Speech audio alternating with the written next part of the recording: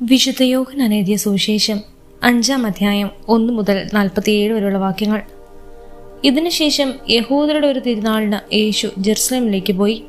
ജെറുസലേമിൽ അജഗ കവാടത്തിനടുത്ത് ഹെബ്രായ ഭാഷയിൽ ബേത്സദ എന്ന് വിളിക്കുന്ന ഒരു കുളമുണ്ടായിരുന്നു. അതിന് 5 മണ്ഡപങ്ങളും. അവിടെ കുരുടരും മുടന്തരും താഴ്വാതകരുമായ അനേകം രോഗികൾ കിടന്നിരുന്നു. 38 വർഷമായി രോഗിയായിരുന്ന ഒരുവനോട് ഉണ്ടായിരുന്നു. അവനവിടെ കിടക്കുന്നത് യേശു കണ്ടു.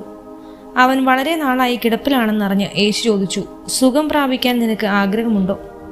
അവൻ പറഞ്ഞു, കർത്താവേ, വെള്ളമിളകുമ്പോൾ എന്നെ കുളത്തിലേക്ക് ഇറക്കാൻ ആരുമില്ല. ഞാൻ എത്തുമ്പോഴേക്കും മറ്റൊരുവൻ വെള്ളത്തിൽ ഇറങ്ങിക്കഴിഞ്ഞിരിക്കും. യേശു അവനോട് പറഞ്ഞു, എഴുന്നേറ്റ് കിടക്കയെടുത്ത് നടക്കുക. അവൻ തക്ഷണം സുഖം പ്രാപിച്ച് കിടക്കയെടുത്ത് നടന്നു. അന്ന് സാബത്തായിരുന്നു. അതിനാൽ സുഖം പ്രാപിച്ച ആ മനുഷ്യനോട് യഹൂദർ പറഞ്ഞു, ഇന്ന് സാബത്താകിയാൽ കിടക്ക ചുമക്കുന്നത് നിഷിദ്ധമാണ്. അവൻ മറുപടി പറഞ്ഞു, എന്നെ സുഖപ്പെടുത്തിയവൻ നിന്റെ കിടക്കയെടുത്ത് നടക്കുക എന്ന് എന്നോട് പറഞ്ഞു. അപ്പോൾ അവർ ചോദിച്ചു, കിടക്കയെടുത്ത് നടക്കുക എന്ന് നിന്നോട് പറഞ്ഞവൻ ആരാണ്? അവിടെ ഉണ്ടായിരുന്ന ജനക്കൂട്ടത്തിൽ യേശു മറഞ്ഞു കഴിഞ്ഞിരുന്നതിനാൽ അവൻ ആരാണെന്നും സുഖം പ്രാപിച്ചെന്ന് അറിഞ്ഞിരുന്നില്ല.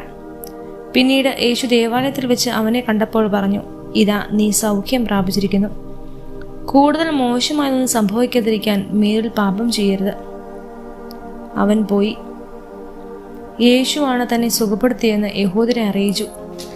സാബത്തിൽ ഇപ്രകാരം പ്രവർത്തിച്ചതിനാൽ യഹൂദർ യേശുവിനെ ദ്വേഷിച്ചു. യേശു അവരോട് പറഞ്ഞു, എൻ്റെ പിതാവ് ഇപ്പോഴും പ്രവർത്തന നിരതനാണ്, ഞാനും പ്രവർത്തിക്കുന്നു. ഇതുമൂലം അവനെ വധിക്കാൻ യഹൂദർ കൂടുതലായി പരിശ്രമിച്ചു. കാരണം അവൻ സാബത്ത് ലംഘിക്കുക മാത്രമല്ല, തന്നെ ദൈവതുടനാക്കിക്കൊണ്ട് ദൈവത്തെ തൻ്റെ പിതാവെന്ന് വിളിക്കുകയും ചെയ്തു. യേശു പറഞ്ഞു, സത്യം സത്യമായി ഞാൻ നിങ്ങളോട് പറയുന്നു, പിതാവ് ചെയ്ത് കാണുന്നതല്ലാതെ പുത്രന് സ്വന്തം ഇഷ്ടമനുസരിച്ച് ഒന്നും പ്രവർത്തിക്കുവാൻ സാധിക്കുകയില്ല. എന്നാൽ പിതാവ് ചെയ്യുന്നതെല്ലാം അപ്രകാരം തന്നെ പുത്രനും ചെയ്യുന്നു. എന്നാൽ പിതാവ് പുത്രനെ സ്നേഹിക്കുകയും താൻ ചെയ്യുന്നതെല്ലാം അവനെ കാണിക്കുകയും ചെയ്തു. നിങ്ങൾ വിസ്മയിക്കത്തക്ക വിധം ഇവയേക്കാൾ വലിയ പ്രവൃത്തികളും അവിടുന്ന് അവനെ കാണിക്കും. പിതാവ് മരിച്ചവരെ എഴുന്നേൽപ്പിച്ച് അവർക്ക് ജീവൻ നൽകുന്നത് പോലെ തന്നെ പുത്രനും തൻ്റെ ഇച്ഛിക്കുന്നവർക്ക് ജീവൻ നൽകുന്നു. പിതാവ് ആരെയും വിധിക്കുന്നില്ല, വിധി മുഴുവനും അവിടുന്ന് പുത്രനെ ഏൽപ്പിച്ചിരിക്കുന്നു. പിതാവിനെ ആദരിക്കുന്നത് പോലെ തന്നെ എല്ലാവരും പുത്രനെയും ആദരിക്കേണ്ടതിനാണ് ഇത്. പുത്രനെ ആദരിക്കാത്തവരാരും അവനെ അയച്ച പിതാവിനെയും ആദരിക്കുന്നില്ല. സത്യം സത്യമായി ഞാൻ നിങ്ങളോട് പറയുന്നു, എൻ്റെ വചനം കേൾക്കുകയും എന്നെ അയച്ചവനെ വിശ്വസിക്കുകയും ചെയ്യുന്നവന് നിത്യജീവനുണ്ട്. അവന് ശിക്ഷാവിധി ഉണ്ടാകുന്നില്ല, പ്രത്യുത അവൻ മരണത്തിൽ നിന്ന് ജീവനിലേക്ക് കടന്നിരിക്കുന്നു. സത്യം സത്യമായി ഞാൻ നിങ്ങളോട് പറയുന്നു, മരിച്ചവർ ദൈവപുത്രന്റെ സ്വരം ശ്രവിക്കുന്ന സമയം വരുന്നു, അല്ല, വന്നു കഴിഞ്ഞു. ആ സ്വരം ശ്രവിക്കുന്നവർ ജീവിക്കും. എന്തെന്നാൽ പിതാവിന് തന്നിൽ തന്നെ ജീവനുള്ളതുപോലെ പുത്രനും തന്നിൽ തന്നെ ജീവനുണ്ടാകാൻ അവിടുന്ന് വരം നൽകിയിരിക്കുന്നു. മനുഷ്യപുത്രനായതുകൊണ്ട് വിധിക്കാനുള്ള അധികാരവും അവൻ നൽകിയിരിക്കുന്നു. ഇതിൽ നിങ്ങൾ വിസ്മയിക്കേണ്ട. എന്നാൽ കല്ലറിലുള്ളവരെല്ലാം അവൻ്റെ സ്വരം ശ്രവിക്കുന്ന സമയം വരുന്നു. അപ്പോൾ നന്മ ചെയ്തവർ ജീവന്റെ ഉയർപ്പിനായും തിന്മ ചെയ്തവർ ശിക്ഷാവിധിയുടെ ഉയർപ്പിനായും പുറത്തു വരും. സ്വമേധയാ ഒന്നും ചെയ്യാൻ എനിക്ക് സാധിക്കുകയില്ല. ഞാൻ ശ്രദ്ധിക്കുന്നത് പോലെ ഞാൻ വിധിക്കുന്നു. എൻ്റെ വിധി നീതിപൂർവമാണ്. കാരണം എൻ്റെ ഇഷ്ടമല്ല, എന്നെ അയച്ചവൻ്റെ ഇഷ്ടമാണ് ഞാൻ അന്വേഷിക്കുന്നത്. ഞാൻ എന്നെക്കുറിച്ച് തന്നെ സാക്ഷ്യപ്പെടുത്തുന്നില്ലെങ്കിൽ എൻ്റെ സാക്ഷ്യം സത്യമല്ല. എന്നെക്കുറിച്ച് സാക്ഷ്യം നൽകുന്ന വേറൊരാളുണ്ട്. എന്നെക്കുറിച്ചുള്ള അവൻ്റെ സാക്ഷ്യം സത്യമാണെന്ന് എനിക്കറിയാം. നിങ്ങൾ യോഹന്നാൻ്റെ അടുത്തേക്ക് ആളെ അയച്ചു. അവൻ സത്യത്തിന് സാക്ഷ്യം നൽകുകയും ചെയ്തു. ഞാൻ മനുഷ്യരുടെ സാക്ഷ്യം സ്വീകരിക്കുന്നു എന്ന് വിചാരിക്കേണ്ട. നിങ്ങൾ രക്ഷിക്കപ്പെടേണ്ടതിനാണ് ഞാൻ ഇതെല്ലാം ചെയ്യുന്നത്. കത്തി ജ്വലിക്കുന്ന ഒരു വിളക്കായിരുന്നു അവൻ. അല്പസമയത്തേക്ക് അവൻ്റെ പ്രകാശത്തിൽ ആഹ്ലാദിക്കാൻ നിങ്ങൾ ഒരുക്കവുമായിരുന്നു. എന്നാൽ യോഹന്നാൻ്റെതിനേക്കാൾ വലിയ സാക്ഷ്യം എനിക്കുണ്ട്. എന്തെന്നാൽ ഞാൻ പൂർത്തിയാക്കാനായി പിതാവിനെ ഏൽപ്പിച്ച ജോലികൾ, ഞാൻ ചെയ്തുകൊണ്ടിരിക്കുന്ന ജോലികൾ തന്നെ പിതാവാണ് എന്നെ അയച്ചതെന്ന് സാക്ഷ്യപ്പെടുത്തുന്നു. എന്നെ അയച്ച പിതാവ് തന്നെ എന്നെക്കുറിച്ച് സാക്ഷ്യപ്പെടുത്തിയിരിക്കുന്നു. അവിടുത്തെ സ്വരം നിങ്ങൾ ഒരിക്കലും കേട്ടിട്ടില്ല, രൂപം കണ്ടിട്ടുമില്ല. അവിടുന്ന് അയച്ചവനെ നിങ്ങൾ വിശ്വസിക്കാത്തത് കൊണ്ട് അവിടുത്തെ വചനം നിങ്ങൾ വസിക്കുന്നില്ല. വിശുദ്ധ ലിഖിതങ്ങൾ നിങ്ങൾ പഠിക്കുന്നു, എന്തെന്നാൽ അവയിൽ നിത്യജീവൻ ഉണ്ടെന്ന് നിങ്ങൾ വിചാരിക്കുന്നു. അവ തന്നെയാണ് എന്നെക്കുറിച്ച് സാക്ഷ്യം നൽകുന്നത്. എന്നിട്ടും നിങ്ങൾക്ക് ജീവൻ ഉണ്ടാകേണ്ടതിന് എൻ്റെ അടുത്തേക്ക് വരാൻ നിങ്ങൾ വിസമ്മതിക്കുന്നു. മനുഷ്യരിൽ നിന്ന് ഞാൻ മഹത്വം സ്വീകരിക്കുന്നില്ല. എനിക്ക് നിങ്ങളെ അറിയാം. നിങ്ങളിൽ ദൈവസ്നേഹമില്ല. ഞാൻ എൻ്റെ പിതാവിൻ്റെ നാമത്തിൽ വന്നിരിക്കുന്നു, എന്നിട്ടും നിങ്ങൾ എന്നെ സ്വീകരിക്കുന്നില്ല. എന്നാൽ മറ്റൊരുവൻ സ്വന്തം നാമത്തിൽ വന്നാൽ നിങ്ങൾ അവനെ സ്വീകരിക്കും. പരസ്പരം മഹത്വം സ്വീകരിക്കുകയും ഏകദൈവത്തിൽ നിന്ന് വരുന്ന മഹത്വം അന്വേഷിക്കാതിരിക്കുകയും ചെയ്യുന്ന നിങ്ങൾക്ക് എങ്ങനെ വിശ്വസിക്കാൻ കഴിയും? പിതാവിൻ്റെ സന്നിധിയിൽ ഞാനായിരിക്കും നിങ്ങളെ കുറ്റപ്പെടുത്തുന്നതെന്ന് നിങ്ങൾ വിചാരിക്കേണ്ട. നിങ്ങൾ പ്രത്യാശ അർപ്പിച്ചിരിക്കുന്നത് മോശയായിരിക്കും നിങ്ങൾ കുറ്റപ്പെടുത്തുക. നിങ്ങൾ മോശയെ വിശ്വസിച്ചിരുന്നെങ്കിൽ എന്നെയും വിശ്വസിക്കുമായിരുന്നു, കാരണം എന്നെക്കുറിച്ച് അവൻ എഴുതിയിരിക്കുന്നു. എന്നാൽ അവൻ എഴുതിയവ നിങ്ങൾ വിശ്വസിക്കുന്നില്ലെങ്കിൽ പിന്നെ എൻ്റെ വാക്കുകൾ എങ്ങനെ വിശ്വസിക്കും? വിശുദ്ധ യോഹന്നാൻ എഴുതിയ സുവിശേഷം 6-ാം അധ്യായം 1 മുതൽ 71 വരെയുള്ള വാക്യങ്ങൾ. യേശു തിബേരിയാസ് എന്നുകൂടി വിളിക്കപ്പെടുന്ന ഗലീലിയ കടലിന്റെ മറുകരയിലേക്ക് പോയി. വലിയൊരു ജനക്കൂട്ടം അവനെ അനുഗമിച്ചു, കാരണം രോഗികളിൽ അവൻ പ്രവർത്തിച്ച അടയാളങ്ങൾ അവർ കണ്ടിരുന്നു. യേശു മലയിലേക്ക് കയറി ശിഷ്യന്മാരുടെ കൂടെ അവിടെയായിരുന്നു. യഹൂദരുടെ പെസഹ തിരുനാൾ അടുത്തിരുന്നു. യേശു കണ്ണുകൾ ഉയർത്തി ഒരു വലിയ ജനത്തെ തന്റെ അടുത്തേക്ക് വരുന്നത് കണ്ടു. അവൻ പീലിപ്പോസിനോട് ചോദിച്ചു, ഇവർക്ക് ഭക്ഷിക്കുവാൻ നാം എവിടെ നിന്ന് അപ്പം വാങ്ങും? അവനെ പരീക്ഷിക്കാനാണ് യേശു ഇങ്ങനെ ചോദിച്ചത്. എന്ത് ചെയ്യുമെന്ന് യേശു നേരത്തെ മനസ്സിൽ കരുതിയിരുന്നു. പീലിപ്പോസ് മറുപടി പറഞ്ഞു, ഓരോരുത്തരും അല്പം വീതം കൊടുക്കുവാൻ 200 ധനാറയ്ക്കുള്ള അപ്പം പോലും തികയുകയില്ല. ശിഷ്യന്മാരിൽ ഒരുവനും ശിമയോൻ പത്രോസിന്റെ സഹോദരനുമായ അന്ത്രയോസ് അവനോട് പറഞ്ഞു, 5 ബാർലിയപ്പവും 2 മീനും കൈവശമുള്ള ഒരു കുട്ടി ഇവിടെയുണ്ട്. എന്നാൽ ഇത്രയും പേർക്ക് അതെന്തുണ്ട്? യേശു പറഞ്ഞു, ആളുകളെയെല്ലാം ഭക്ഷണത്തിനെത്തുവിൻ. ആ സ്ഥലത്ത് പുല്ല് തഴച്ചു വളർന്നിരിക്കുന്നു. 5000-ഓളം വരുന്ന പുരുഷന്മാർ അവിടെ ഇരുന്നു. അനന്തരം യേശു അപ്പം എടുത്ത് കൃതജ്ഞതാസ്തോത്രം ചെയ്ത് അവർക്ക് വിതരണം ചെയ്തു. അതുപോലെ തന്നെ മീനും വേണ്ടത്ര നൽകി. അവർ ഭക്ഷിച്ച് തൃപ്തരായപ്പോൾ അവൻ ശിഷ്യന്മാരോട് പറഞ്ഞു, ഒന്നും നഷ്ടപ്പെടുത്താതെ മിച്ചമുള്ള കഷ്ണങ്ങളെല്ലാം ശേഖരിക്കുവിൻ. 5 ബാർലിയപ്പത്തിൽ നിന്ന് ജനങ്ങൾ ഭക്ഷണത്തിന് ശേഷം മിച്ചം വന്ന കഷ്ണങ്ങൾ 12 കുട്ട നിറയെ അവർ ശേഖരിച്ചു. അവൻ പ്രവർത്തിച്ച അടയാളങ്ങൾ കണ്ട് ജനങ്ങൾ പറഞ്ഞു, ലോകത്തിലേക്ക് വരാനിരുന്ന പ്രവാചകൻ സത്യമായും ഇവനാണ്.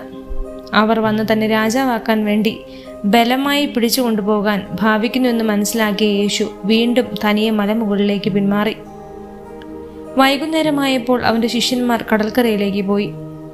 അവർ ഒരു വള്ളത്തിൽ കയറി കടലിനക്കരെ കഫർനാമിലേക്ക് പുറപ്പെട്ടു. അപ്പോൾ നേരം ഇരുട്ട് തുടങ്ങി. യേശു അവരുടെ അടുക്കിലേക്ക് എത്തിയിരുന്നുമില്ല. ശക്തിയേറെ കാറ്റടിച്ചിരുന്നതുകൊണ്ട് കടൽ ക്ഷോഭിച്ചു. 25-30 സ്താധിയോൺ ദൂരം തണ്ട് വലിച്ചു കഴിഞ്ഞപ്പോൾ യേശു കടലിന് മീതെ നടന്ന് വള്ളത്തെ സമീപിക്കുന്നത് കണ്ട് അവർ ഭയപ്പെട്ടു. അവൻ അവരോട് പറഞ്ഞു, ഞാനാണ്, ഭയപ്പെടേണ്ട. അവനെ വള്ളത്തിൽ കയറ്റാൻ അവർ ആഗ്രഹിച്ചു. പെട്ടെന്ന് വള്ളം അവർ ലക്ഷ്യം വച്ചിരുന്ന കരയ്ക്ക് അടുത്തു.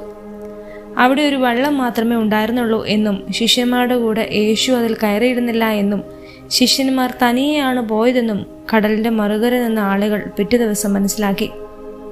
കർത്താവ് കൃതജ്ഞതാസ്തോത്രം ചെയ്ത് നൽകിയ അപ്പം ജനങ്ങൾ ഭക്ഷിച്ച് ആ സ്ഥലത്തിനടുത്തേക്ക് തിബേരിയാസിൽ നിന്ന് മറ്റു വള്ളങ്ങൾ വന്നു. യേശുവോ ശിഷ്യന്മാരോ അവിടെ ഇല്ല എന്ന് കണ്ടപ്പോൾ ജനക്കൂട്ടം വള്ളങ്ങളിൽ കയറി യേശുവിനെ തിരക്കി കഫർനാമിലെത്തി. യേശുവിനെ കടലിന്റെ മറുകരയിൽ കണ്ടെത്തിയപ്പോൾ അവർ ചോദിച്ചു, റബ്ബേ, അങ്ങ് എപ്പോൾ എവിടെ എത്തി? യേശു പ്രതിവചിച്ചു, സത്യം സത്യമായി ഞാൻ നിങ്ങളോട് പറയുന്നു, അടയാളങ്ങൾ കണ്ടതുകൊണ്ടല്ല, അപ്പം ഭക്ഷിച്ച് തൃപ്തരായതുകൊണ്ടാണ് നിങ്ങളെ അന്വേഷിക്കുന്നത്.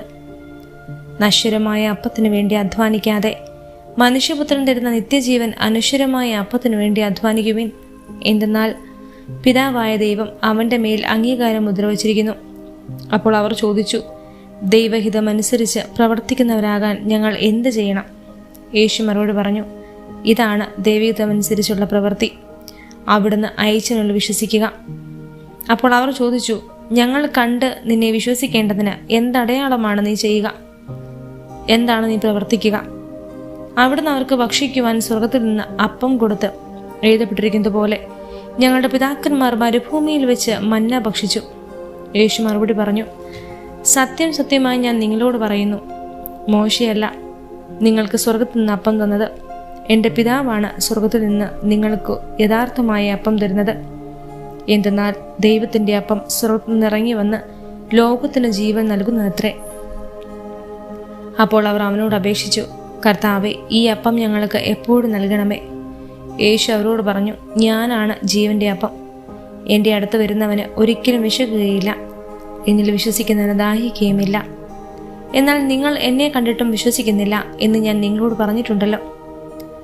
പിതാവ് എനിക്ക് നൽകുന്നവരെല്ലാം എൻ്റെ അടുത്ത് വരും. എൻ്റെ അടുക്കൽ വരുന്നവനെ ഞാൻ ഒരിക്കലും തള്ളിക്കളയുകയുമില്ല. ഞാൻ സ്വർഗത്തിൽ നിന്ന് ഇറങ്ങി വന്നിരിക്കുന്നത് എൻ്റെ ഇഷ്ടം പ്രവർത്തിക്കാനല്ല, എന്നെ അയച്ചവൻ്റെ ഇഷ്ടം നിറവേറ്റാനാണ്.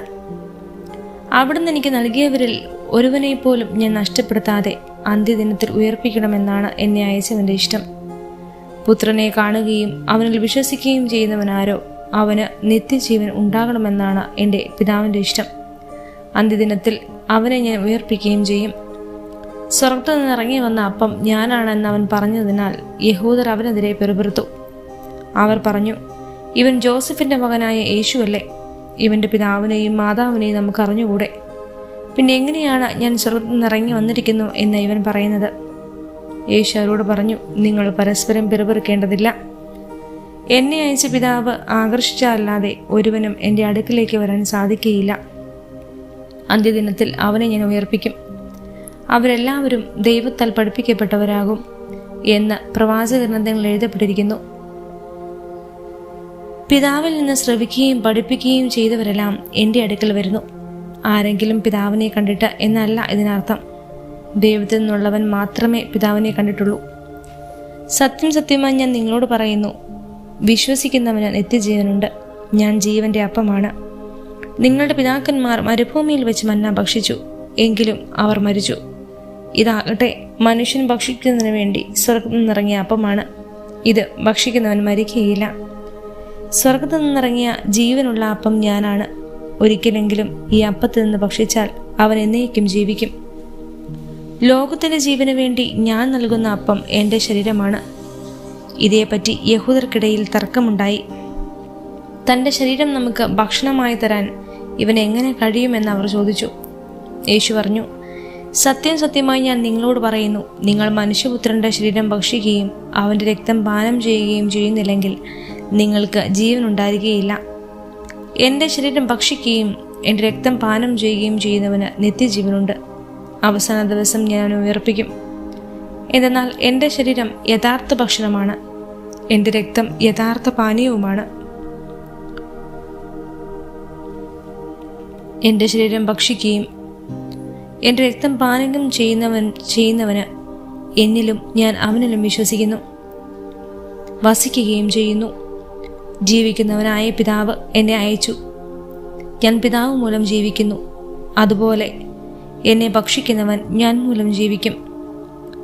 ഇത് സ്വർഗത്തിൽ നിന്നിറങ്ങി വന്ന അപ്പമാണ്. പിതാക്കന്മാർ മന്ന ഭക്ഷിച്ചു, എങ്കിലും മരിച്ചു. അതുപോലെയല്ല ഈ അപ്പം. ഇത് ഭക്ഷിക്കുന്നവൻ എന്നേക്കും ജീവിക്കും. കഫർനാമിലെ സിനഗോഗിൽ പഠിപ്പിച്ചുകൊണ്ടിരിക്കുമ്പോഴാണ് അവനിത് പറഞ്ഞത്.